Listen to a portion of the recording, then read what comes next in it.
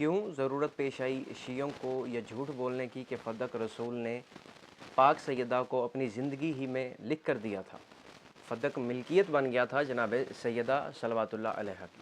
سوال: شیعوں نے کبھی جھوٹ نہ بولا ہے، نہ ہمیں جھوٹ بولنے کی ضرورت ہے۔ جھوٹ وہ بندہ بولتا ہے جس کے پاس دلائل ختم ہو جائیں۔ دلیل اس بات کی کتاب آپ کے سامنے، لباب النقول فی اسباب النزول، یہ وہی کتاب میرے ہاتھ میں علامہ جلال الدین سیوطی کی، یہ ہندوستان کا چاپ میرے ہاتھ میں موجود، صفحہ نمبر 189، اس کا 189 آپ کے سامنے موجود، جس میں آیت و آتی ذی القربیٰ حقہ کے ضمن میں لکھا ہے ان ابی سعید خدری رضی اللہ تعالیٰ عنہ قال لما انزلت و آتی ذی القربیٰ حقہ دعا رسول اللہ صلی اللہ علیہ وآلہ وسلم فاطمہ فاعطاها فدق۔